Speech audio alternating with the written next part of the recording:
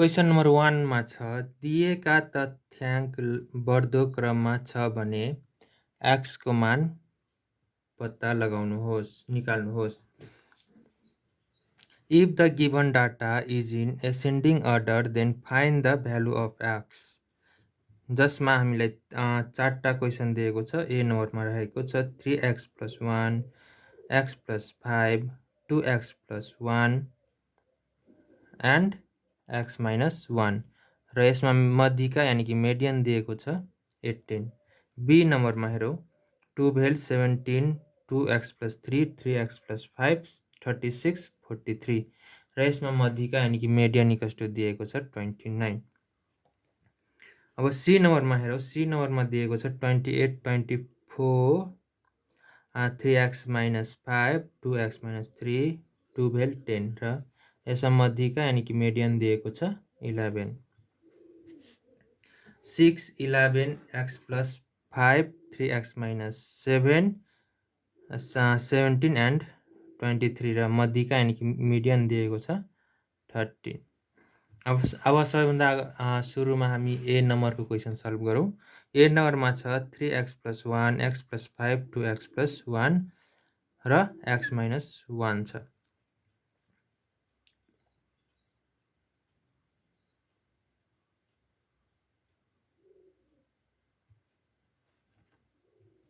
र यसमा संख्या यानि कि 4वटा संख्या रहेको छ 1, 1, 2, 3, 4 त्यही भएर यानि = 4 रहेको छ। अब हाम्रो फर्मुला रहेको छ सूत्र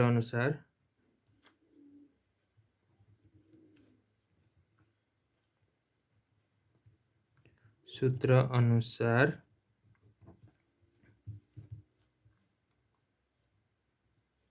मध्यिका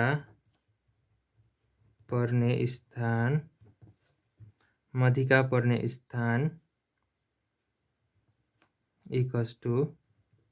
n+1/2 औपद भनेपछि n हाम्रो कति रहेको छ 4 रहेको छ +1 / 2 गर्दा 7/2 हुन्छ भनेपछि 3.5 4 भनेपछि यहाँ कति हुन जान्छ त 5 5/2 भनेपछि 2.5 औपद। अब 2.5 औपद आयो भनेपछि यो चाहिँ कसको बिचमा पर्यो त 2.5 भनेपछि 2 र 3 को बिचमा पर्यो। 2 र 3 भनेपछि 2 र 3 को बिचमा पर्यो भने हामी यसको मध्यिका = के लेख्छौँ भन्दाखेरि मध्यिका = अब 2 पद कति छ हाम्रो x + 5 छ प्लस 3 पद कति छ त हाम्रो 2x + 1 छ। यसलाई /2 गर्छौँ। अब यसलाई हिसाब गर्दाखेरि कति हुन्छ 2x + x भनेपछि 3x + 6 /2 हो। यो हाम्रो मध्यिका = कति निस्क्यो त हाम्रो मध्यिका = 3x + 6 /2 र मध्यिकाको भ्यालु क्वेसनले हामीलाई 18 दिएको छ भनेपछि हामी यहाँ के राख्छौँ त 18 भनेपछि 18 = 3x + 6 /2 भनेपछि यो क्रस मल्टिप्लिकेसन गर्दाखेरि 36 = 3x + 6 भनेपछि अब हामी के गर्छौँ भन्दाखेरि यो 6 लाई यो साइडमा ल्याउँदा 36 - 6 प्लस थियो माइनस भयो भनेपछि 3x। अब x = यो 30 हुने भयो 30 / 3 भनेपछि 10। त्यसै गरी x = कति आन्सर आयो त x = कति आन्सर आयो त x = 10। यहाँ हाम्रो के हो त आन्सर।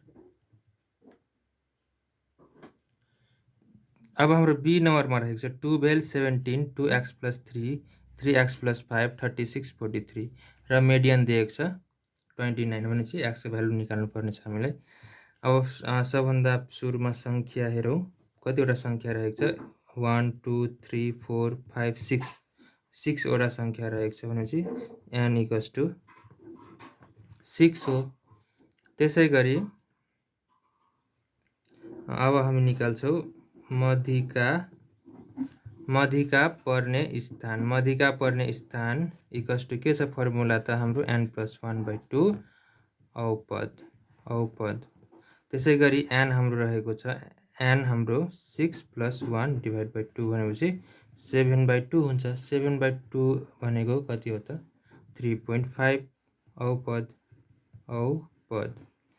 त्यसै गरी अब 3.5 निस्केको कारणले हामी के गर्छौँ भन्दाखेरि मध्यका इक्वल्स टु 3 र 4 पद लिन्छ भनेपछि 3 पद हाम्रो कति छ 1 2 3 3 पद भनेको यो हो। कति हो 3 पद 2x + 3 त्यसमा प्लस गर्छौँ हामी 4 पद भनेको यो कति हो त 3x + 5 यसमा हामी /2 गर्छौँ। अब यसको हिसाब गर्दाखेरि 2x + 3x भनेपछि कति हुने भयो 5x + 5 + 3 भनेपछि 8 हुने भयो /2। त्यसै गरी मध्यका इक्वल्स टु कति भयो त मध्यका इक्वल्स 5x + 8 /2 हुने भयो। अब मध्यकाको भ्यालु हाम्रो क्वेसनमा दिएको छ 29 दिएको छ त्यही भएर मध्यका इक्वल्स टु 29 राख्छौँ। 5x + 8 /2 यसलाई क्रस मल्टिप्लिकेसन गर्दाखेरि यसलाई क्रस 29 × 2 गर्दा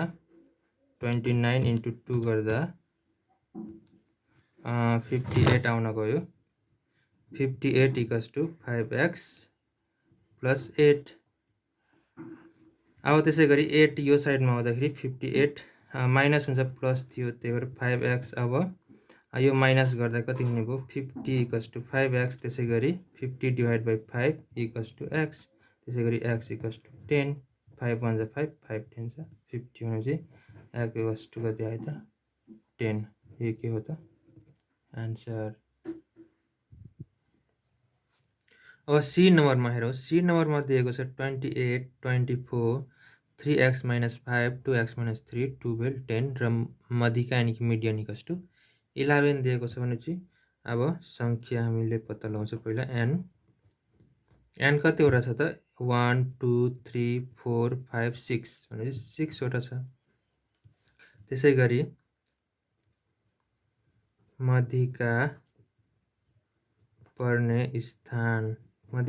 स्थान इक्वल्स टु n+1/2 औपद। त्यसै गरी n कति रहेको छ 6 + 1 / 2 भनेपछि 7/2। त्यसै गरी 3.5 औपद। भनेपछि मध्यका कसको र 3 र 4 को बिचमा परेको छ मध्यका कसको बिचमा परेको छ 3 र 4 को बिचमा परेको छ भनेपछि 3 कतिमा आउँछ 1 2 3 भनेपछि 3x - 5 प्लस 2x - 3 पोइन्ट आएको छ नि त त्यही भएर हामी दुईवटा लिनु 2x - 3 अब डिभाइड बाई कति गर्नुपर्छ 2 गर्नुपर्छ। अब 3x र 2x गर्दाखेरि 5x हुने भयो माइनस माइनस साइन माइनस है तर 8 हुन्छ -8 / 2। अब मध्यका इक्वल्स टु 5x - 8 / 2। अब मध्यका हाम्रो कति रहेको छ 11 रहेको छ 11 हामी लेख्छौँ किनभने हामीले x को भ्यालु निकाल्नु छ। 11 इक्वल्स टु 5x - 8 / 2 गर्दा अब क्रस मल्टिप्लिकेसन 11 × 2 भनेपछि 32 हुने भयो इक्वल्स टु 5x - 8। अब हामीले के गर्छौँ भन्दाखेरि यो जुन -8 छ यो साइड आउँदाखेरि +8 हुन्छ इक्वल्स टु 5x। अब x लाई पनि हामी यो साइडमा लाँदाखेरि के हुन्छ त 12 + 8 भनेपछि 20 / 5। त्यसै गरी x इक्वल्स टु कति आयो त 4। यहाँ हाम्रो के हो त आन्सर। हाम्रो यहाँ 22 रहेको छ यहाँ चाहिँ मिस्टेक भयो अलिकति। मिस्टेक कहाँ भयो भन्दा यहाँदेखि मिस्टेक भएको छ। यहाँदेखि हामी अर्को स्टेप एप्लाई गरौँ।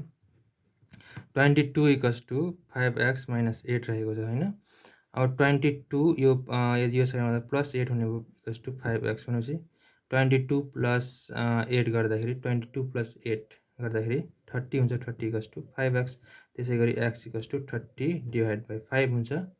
त्यसै गरी x इक्वल्स टु 5 1 5, 5 6 छ भनेपछि 6। यहाँ हाम्रो के हो त एन्सर। त्यसै गरी डी नम्बरमा हेरौँ। डी नम्बरमा रहेको छ 6 11 x + 5 3x - 7 17 एन्ड 23 र मिडियन रहेको छ 13। भनेपछि सबभन्दा सुरुमा हामीले सङ्ख्या पत्ता लगाउनु पर्ने हुन्छ। सङ्ख्या हाम्रो रहेको छ 1 2 3 4 5 6 रहेको रहेछ। अब मध्यका पर्ने स्थान n+1 / 2 बहुपद। n भनेको हाम्रो 6 + 1 / 2 = 7/2 = 3.5 औपद। भनेपछि मध्यका कहाँ पर्ने भयो त 3 र 4 को बिचमा। 3 र 4 1 2 3 र 4 को बिचमा। भनेपछि अब हामी मध्यका इक्वल के गर्छौँ भन्दा मध्यका इक्वल गर्छौँ x + 5 + 3x - 7 / 2 गर्छौँ। अब त्यसै गरी x भनेपछि x र 3x भनेपछि 4x, यो 3x र यो x भनेपछि 4x जाने भयो। 5 + 5 - 7 भनेपछि माइनस हुन्छ -2 किनभने माइनसको साइन ठुलो छ। अब 2 यसमा 2 पनि कटिहाल्छ किनभने हामी 2 कमन लिँदाखेरि कति बच्न जान्छ त 2x - 1 बच्न जान्छ / 2। 2 2 क्यान्सल भनेपछि 2x - 1 हाम्रो के भयो त मध्यका। अब मध्यका हाम्रो यसमा दिएको छ। यसमा यहाँ हेर्न सक्नुहुन्छ क्वेसनले 13 दिएको छ।